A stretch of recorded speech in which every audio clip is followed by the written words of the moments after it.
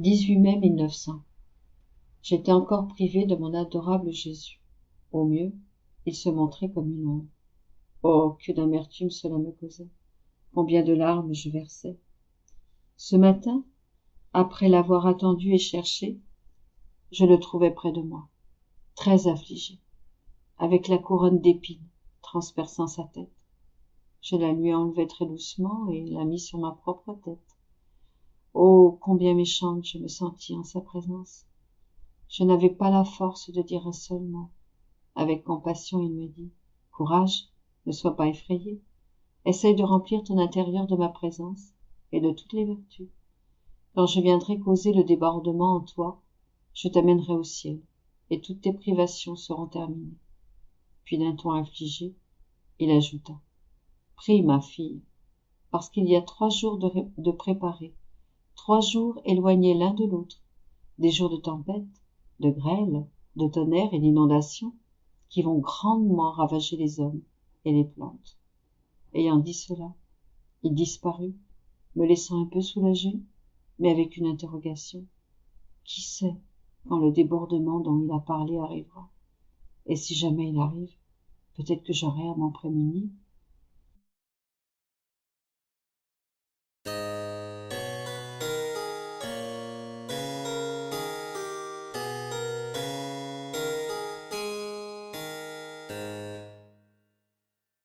« 18 mai 1905. L'amour mérite la préférence sur tout. » Je poursuivais dans mon état habituel quand Jésus béni est venu. Il m'a dit « Ma fille, la crainte diminue l'amour dans l'âme. Pareillement, les vertus qui n'ont pas leur principe dans l'amour diminuent l'amour dans l'âme. En toute chose, l'amour mérite la préférence, parce que l'amour rend tout facile. Les vertus qui n'ont pas leur principe dans l'amour sont comme des victimes sur le chemin de l'abattoir. Elles vont vers leur destruction. «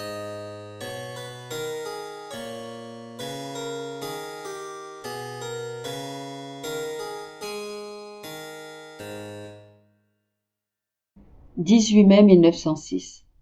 Louisa souffre pour donner à Jésus du repos. Mon corps et mon âme souffraient terriblement quand j'ai vu mon Jésus béni en moi. Il se reposait et dormait paisiblement. Je l'appelai, mais il ne fit pas attention à moi. Après un moment, il me dit « Ma fille, ne dérange pas mon repos. N'est-ce pas ton intention incessante de souffrir dans ton humanité mes propres souffrances, celles que je souffrirais dans mon humanité, si je vivais encore sur la terre, pour souffrir à ma place, donner du soulagement à mes membres et me laisser libre? » Je lui répondis « Oui, Jésus, c'est le but de toutes mes souffrances. » Il me répliqua « Bien, alors pendant que tu souffres, je vais me reposer. » À ces mots, Jésus tomba profondément endormi, puis il disparut. «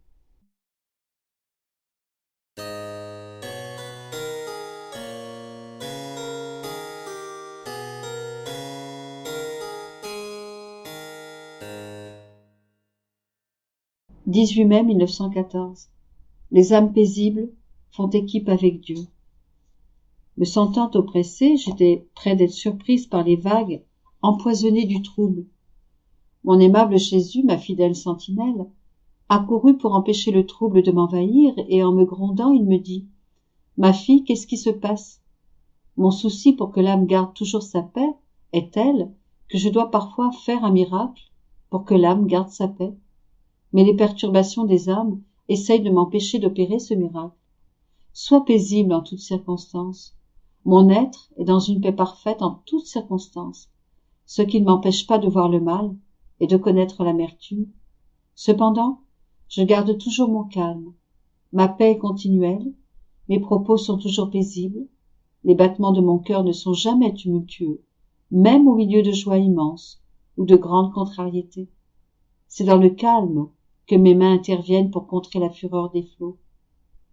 Comme je suis dans ton cœur, si tu ne te gardes pas dans la paix, je me sens déshonorée. Tes manières de faire et les miennes ne concordent pas. Je me sens brimée en essayant d'agir en toi et, par conséquent, tu me rends malheureux. Seulement les âmes paisibles font partie de mon équipe. et quand les grandes iniquités de la terre provoquent mon courroux, en m'appuyant sur cette équipe, je fais toujours moins que ce que je devrais faire. Ah, si je ne pouvais m'appuyer sur cette équipe, que cela n'arrive jamais, je démolirais tout.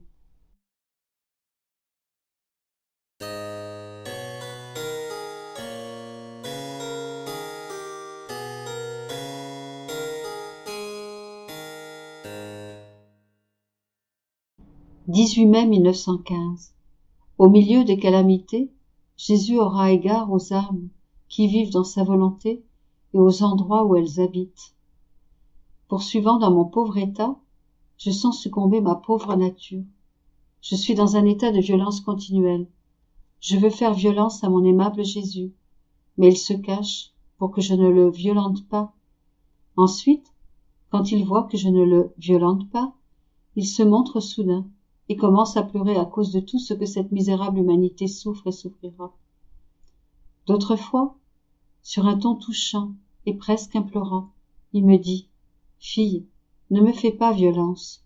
Je suis déjà en état de violence à cause des grands maux dont souffrent les créatures et dont elles souffriront, mais je dois accorder ses droits à la justice. » Pendant qu'il dit cela, il pleure et je pleure avec lui. Souvent, se transformant complètement en moi, il pleure à travers mes yeux, et toutes les tragédies qu'il m'a montrées par le passé, corps mutilés, flots de sang versés, villes détruites, églises profanées, défilent devant mon esprit. Mon pauvre cœur se tord de douleur. En écrivant cela, je ressens mon cœur tordu par la douleur, ou bien froid, comme de la glace. Pendant que je souffre ainsi, j'entends la voix de Jésus me dire « Comme j'ai de la peine, comme j'ai de la peine », et il éclate en sanglots. Mais qui peut tout dire? Alors que je me trouvais dans un tel état, mon doux Jésus, pour calmer un peu mes frayeurs, me dit « Ma fille, courage, c'est vrai que la tragédie sera grande, mais sache que j'aurai égard aux âmes qui vivent dans ma volonté et aux lieux où elles habitent. Tout comme les rois de la terre ont leur cour et leur quartier où ils sont en sécurité, leur force y étant si grande que leurs ennemis n'osent même pas s'approcher, même s'ils détruisent d'autres places. De la même manière, moi, le roi du ciel, j'ai mes cours et mes quartiers sur la terre. Ce sont les âmes qui vivent dans ma volonté et en qui je vis. Les cours célestes pullulent autour d'elles et la force de ma volonté les garde en sécurité, ralentissant les tirs ennemis et faisant reculer les ennemis les plus féroces. Ma fille, pourquoi les bienheureux du ciel restent-ils en sécurité et pleinement heureux, même quand ils voient les créatures souffrir et la terre flamber?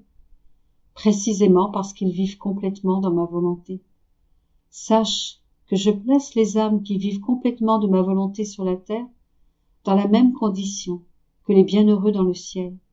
Donc, vis dans ma volonté et ne crains rien.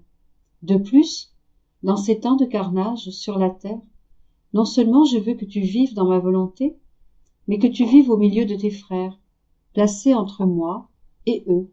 Tu me garderas bien serré en toi, à l'abri des offenses que les créatures m'envoient. Et comme je te fais le cadeau de mon humanité et de tout ce que j'ai souffert, pendant que tu me garderas à l'abri, tu donneras à tes frères, pour leur salut, mon sang, mes plaies, mes épines et mes mérites.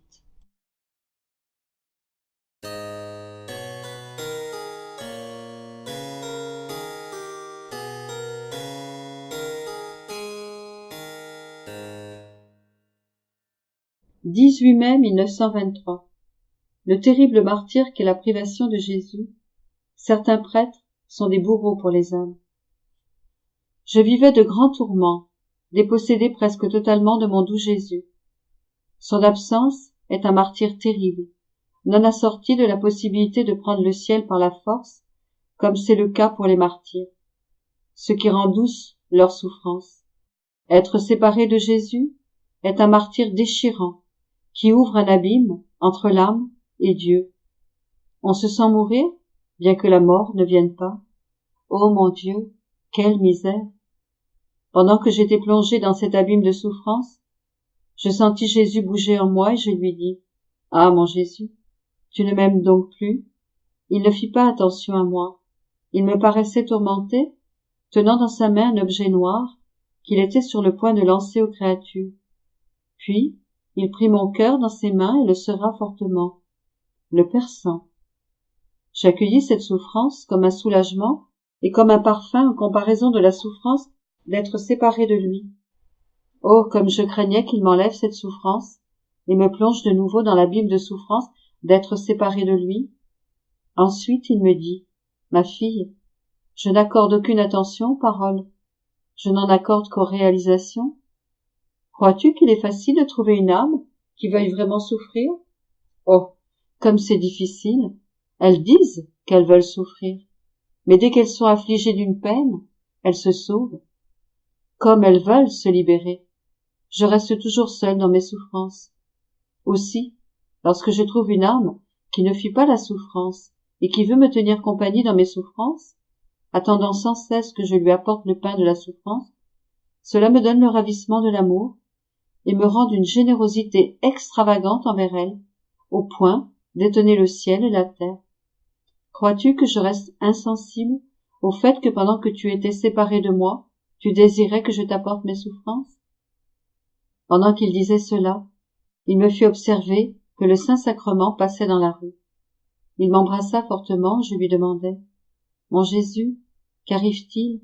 Où t'en vas-tu?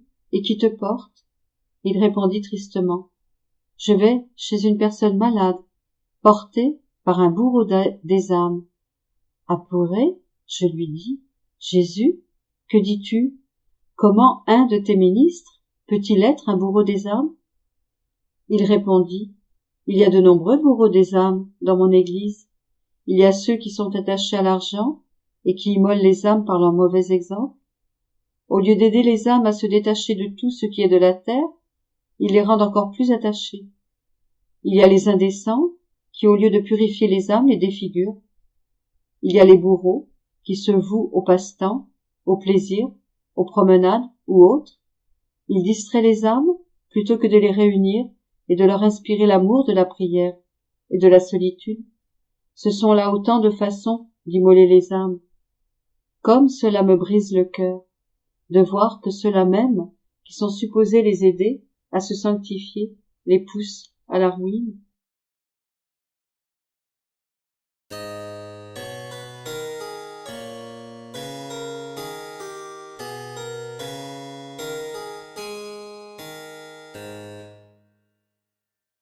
« 18 mai 1926.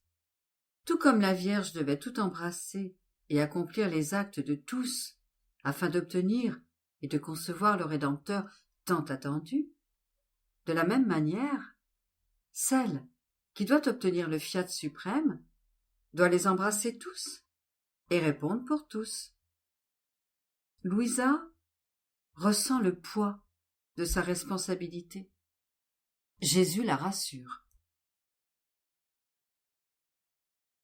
Je me fusionnais dans la sainte et divine volonté, et après avoir fait la ronde de toutes les choses créées afin d'imprimer en elles mon je vous aime, et que mon je vous aime puisse résonner partout et surtout, afin de récompenser mon Jésus pour son grand amour, j'arrivais au point où j'allais payer mon Dieu de retour pour tout l'amour qui fut le sien, dans l'acte de sa conception dans le sein de la céleste maman.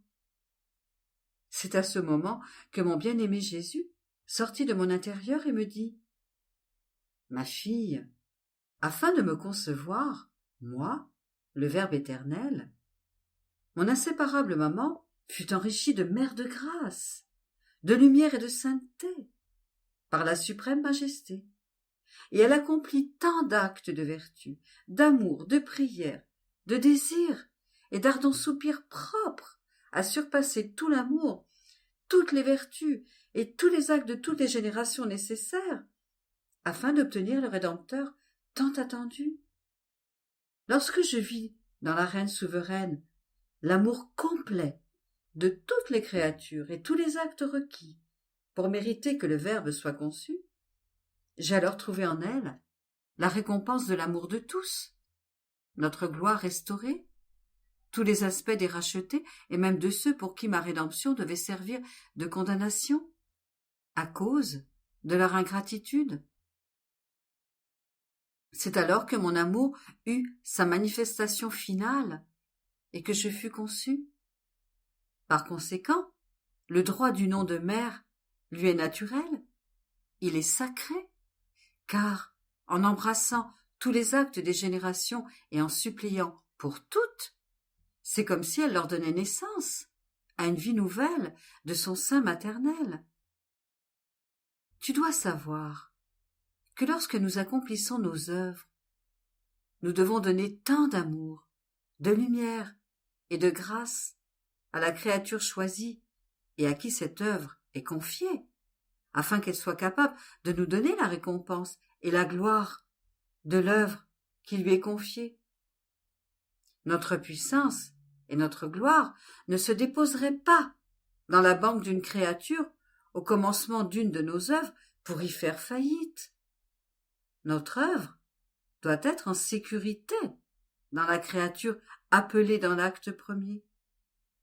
Et nous devrons retirer tous les intérêts et toute la gloire équivalente à l'œuvre que nous lui avons confiée.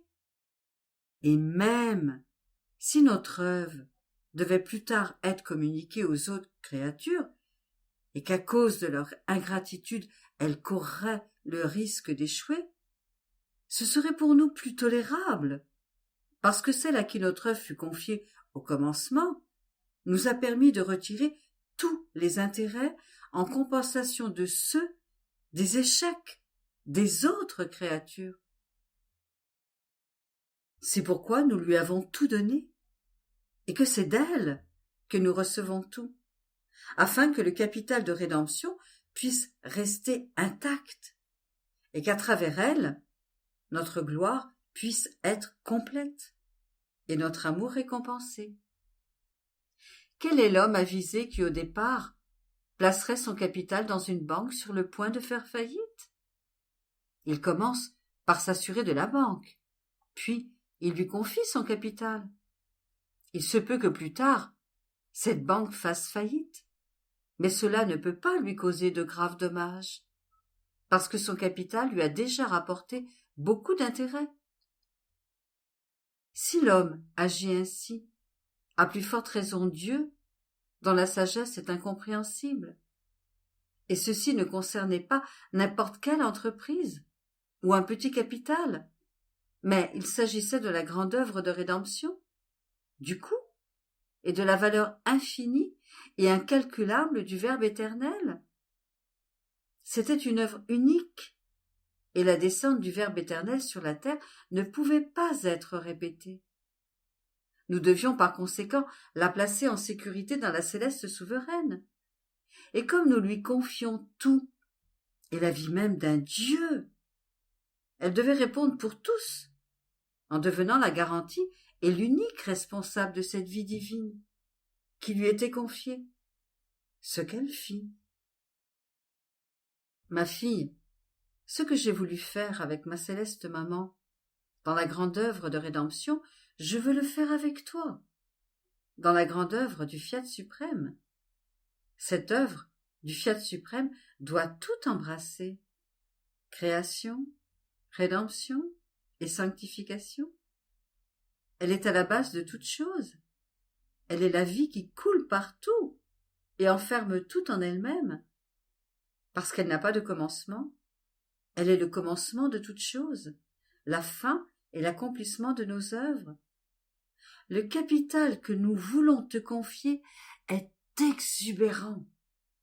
Tu ne l'as pas calculé. Mais sais-tu ce que nous te confions dans le Fiat suprême? Nous te confions toute la création, tout le capital de la rédemption et celui de la sanctification.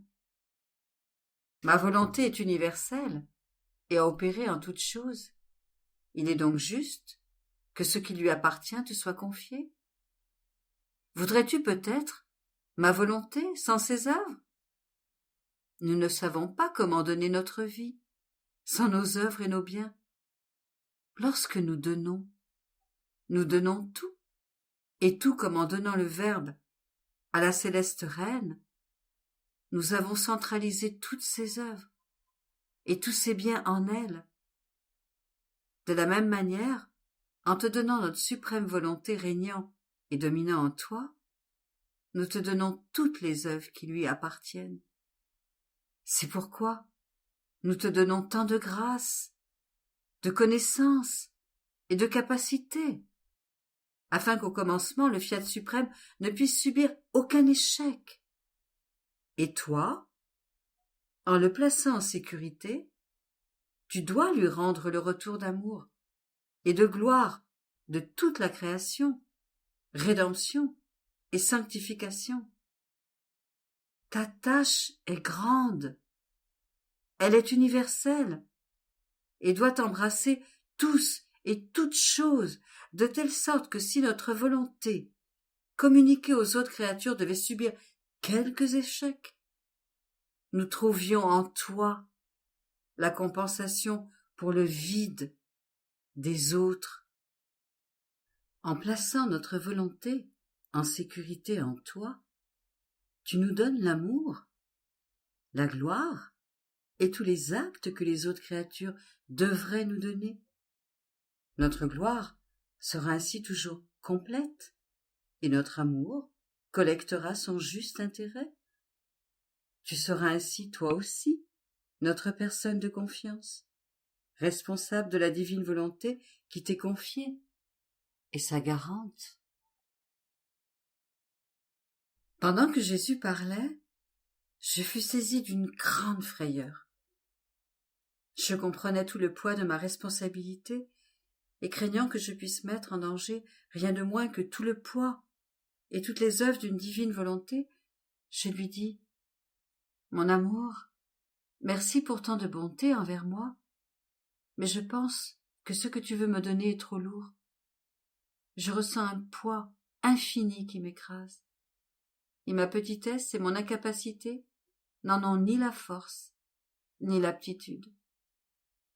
Comme je crains que je pourrais te déplaire et ne pas pouvoir tout embrasser, va vers une autre créature, plus capable, afin que tout ce capital de ta suprême volonté puisse être plus en sécurité, et que tu puisses recevoir tout l'intérêt correspondant à un si grand capital. Je n'avais jamais pensé à une si grande responsabilité, mais à présent que tu me l'as fait comprendre, je sens défaillir mes forces, et j'ai peur de ma faiblesse. Et Jésus, me serrant contre lui, me libéra de la peur qui m'écrasait et ajouta « Ma fille, courage, ne crains pas, c'est ton Jésus qui veut tant te donner. Ne suis-je pas libre de faire ce que je veux? Veux-tu peut-être mettre une limite à l'accomplissement de l'œuvre que je veux te confier? Que dirais-tu si ma céleste maman avait voulu m'accepter, moi, le Verbe éternel, mais sans ses biens, et sans les actes nécessaires pour pouvoir me concevoir? Serait-ce un amour véritable et une vraie acceptation? Certainement pas. Voudrais-tu alors ma volonté sans ses œuvres et sans les actes qui s'y rapportent? Pour que tu puisses te libérer de cette peur, tu dois savoir que tout ce que je t'ai dit, c'est-à-dire ce si grand capital, est déjà en toi. Après t'avoir fait acquérir la pratique de me donner la récompense de la gloire et de l'amour de toute la création, rédemption et sanctification, te faisant embrasser tous et toutes choses, et après avoir vu que l'intérêt équivalent me revenait facilement, c'est alors seulement que j'ai voulu te faire connaître avec plus de clarté le grand capital de ma volonté qui t'est confié, afin que tu puisses connaître le grand bien que tu possèdes, et qu'en le connaissant, je puisse signer l'acte du capital qui t'est confié, et faire également pour toi le reçu de l'intérêt que tu me donnes. Si tu ne le savais pas, ni l'acte du capital ni le reçu de l'intérêt ne pouvaient être conclus. Voilà par conséquent la nécessité de te la faire connaître. De plus, pourquoi as-tu peur au point de vouloir m'envoyer vers une autre créature? N'as-tu pas en toi un amour qui dit « Je t'aime pour tous et pour toutes choses » Un mouvement qui me paie de retour pour le mouvement de tous. Et est-ce que ce que tu fais n'embrasse pas toutes les créatures pour me donner les actes, les prières, la gloire et les réparations de toutes, comme dans un unique embrassement? Si tu fais déjà cela, pourquoi as-tu peur? À ce moment, j'ai vu d'autres âmes autour de moi. Jésus alla vers elles et, en les examinant, il semblait les toucher, pour voir si, à son toucher, le mouvement de sa vie divine en sortirait. Mais rien ne sortait. Il revint alors vers moi, et prenant ma main, il la serra très fort. À son toucher, une lumière sortit de moi, et Jésus, tout content, me dit « Cette lumière est le mouvement de la vie divine en toi. Comme tu l'as vu, je suis allé vers les autres créatures, mais je n'y ai pas trouvé mon mouvement. Comment puis-je alors leur confier le grand capital de ma volonté? C'est pourquoi je t'ai choisi. Et cela suffit. Sois attentive et n'aie pas peur. «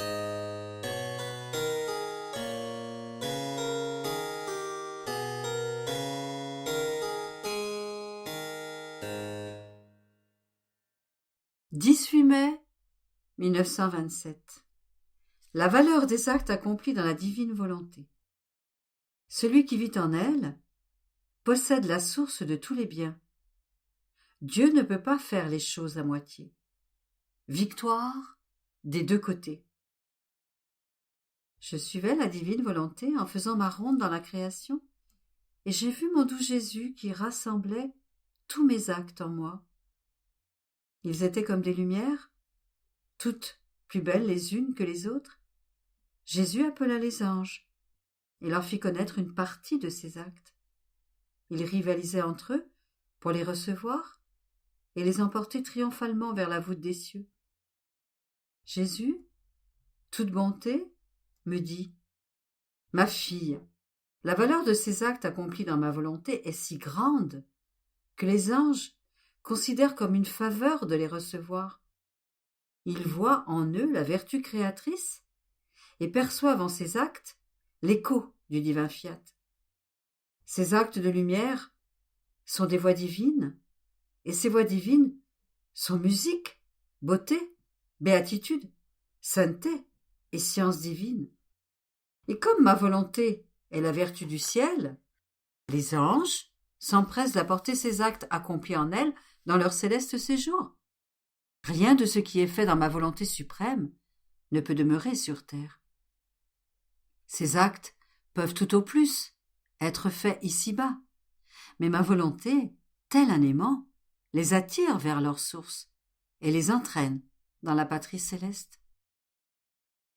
Je sentais mon pauvre esprit absorbé dans le fiat éternel et je me disais « Comment est-il possible que des actes accomplis dans la divine volonté aient une telle puissance ?» Et mon aimable Jésus ajouta « Ma fille, pourquoi le soleil donne-t-il sa lumière à la terre entière? Parce qu'il est plus grand que la terre et possède une force unique et complète, source de couleurs, de fécondité et d'une variété de douceur. C'est pour cela que le soleil, étant plus grand que la terre, peut lui donner la lumière. Une variété de couleurs dans les fleurs et de douceur dans les fruits. Le soleil, dans sa grandeur et sa magnificence, est un dans son acte, mais il accomplit tant de choses dans cet acte unique qu'il fascine toute la terre en donnant à chaque chose son acte distinct. Ma volonté est plus que le soleil, et puisque sa lumière est infinie, elle produit en un seul acte la fécondité de tous les actes réunis. L'âme qui vit dans ma volonté possède la source de ces actes et de sa fécondité. C'est pourquoi, dans l'âme où elle règne et domine, ma volonté ne change ni son régime, ni sa façon d'opérer. L'âme qui agit dans ma volonté produit la multiplicité et la fécondité de ses actes divins. Tous les actes de Dieu sont comme un seul, et, embrassant toute chose, tous les actes sont accomplis tous ensemble. Considère la création de l'homme. Lorsque d'un seul acte sont sortis tout ensemble sainteté, puissance, connaissance, amour, beauté et bonté. En un mot, de ce qui est sorti de nous, il n'est rien qui n'ait été infusé dans l'homme. Nous lui avons donné de participer à toute chose, car lorsque nous agissons, nous ne faisons jamais rien à moitié. Et lorsque nous donnons tout. De plus, ma volonté est lumière infinie, et c'est une vertu de la lumière que de descendre au plus profond des abysses, de s'élever vers les sommets les plus hauts et de s'étendre partout. Il n'est aucun lieu où elle ne parvienne. Mais dans la lumière, aucune matière ne peut pénétrer, ni aucune chose qui lui soit étrangère. Ma lumière est intangible. Elle a pour fonction de donner, sans jamais s'arrêter. Telle est la condition de l'âme qui vit dans ma divine volonté. L'âme devient lumière avec la lumière de la divine volonté, et par conséquent, elle descend dans la profondeur des cœurs et apporte avec elle le bien de cette lumière. Ma volonté s'étend partout et sur toute chose, comme pour apporter à tout et à tous les effets que contient sa lumière. L'âme se sentirait trahie si elle ne pouvait pas s'étendre à tous et à toutes choses, si bien que l'âme s'élève dans les hauteurs et, pénétrant au-delà de la voûte azurée des cieux, elle fait écho à ma volonté qui règne dans la patrie céleste. Ma volonté qui règne dans l'âme et cette même volonté qui règne dans la patrie céleste descendent ensemble et s'étendent pour former cette pluie de joie, de béatitude et de bonheur nouveau qui tombe sur tous les bienheureux. La vie dans ma volonté est admirable, et elle est un continuel prodige. Elle contient tous les biens. Elle est le germe qui se multiplie à l'infini. Sa fécondité est inimitable, et c'est pourquoi la terre et le ciel tout entier en rêvent. Elle est la victoire de Dieu sur la créature, et la victoire de l'homme sur son Créateur. Comme il est beau de voir l'être suprême, l'éternelle majesté et la petitesse de la créature chanter victoire. Et par la vertu de cette divine volonté, le petit et le grand, le faible et le fort, le riche et le pauvre rivalisent entre eux, et les deux crient victoire. C'est pourquoi j'ai un si grand désir que ma divine volonté soit connue, que son règne arrive, pour accorder à la créature sa victoire et sa place au même niveau que moi. Sans le règne de ma volonté dans la créature, cela ne peut pas être. Il y aura toujours une distance entre moi et la créature, et jamais elle ne pourra vaincre ni chanter victoire. L'œuvre de nos mains ne sera pas à notre image.